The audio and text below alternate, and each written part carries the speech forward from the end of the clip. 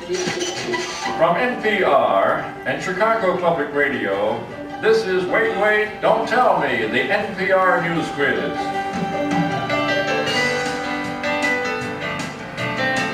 I'm Carl Castle. And I'm Peter Sagal. This week, current events played out like a soap opera. Two sworn enemies discovered that they were related. A president sees his ally in the arms of a rival.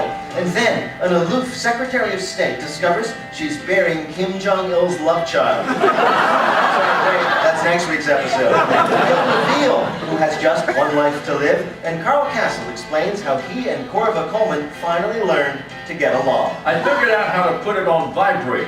She helped me put it on vibrate. We're going to get all kinds of helpful hints in the week's news on our news quiz coming up right after this hour's news. Carl, how did Sanjay do? Well enough, Peter. Sanjay had 2 correct answers, so I'll be doing the message on her home answering machine. I believe it's It's the him. It is. Sure. All right, here is your first quote. I figured out how to put it on vibrate. She helped me put it on vibrate. That was a man explaining why he'd never again have to interrupt a campaign speech to take a phone call from his wife. Who? That was Rudy Giuliani. It was. Anyway, questions? Anybody? Or about anything? How come you always say home answering machine when everybody has voicemail?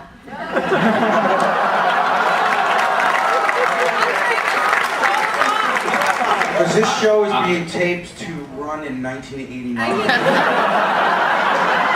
I just read what's on the script. Actually, I was calling. That was great, but there's that young woman. Yes, go ahead. How did you convince Carl Castle to do the show? How did we convince Carl Castle to do the show? Carl Castle? How did we convince Carl Castle to do the show? Well, in my early career in radio, I was a morning DJ back in North Carolina. And when we moved to the Washington area, I continued doing that. And I had no desire at the beginning to be a journalist or do news on radio, except rip and read a newscast off the wire. But I got kind of hooked into it pretty soon after we moved to the area. And I got a part-time job on the weekends on an all-news station while I was doing the record shows in the morning at the station in Alexandria. So I eventually went over full-time in the late 1960s, to all-news radio. So it was a new career then.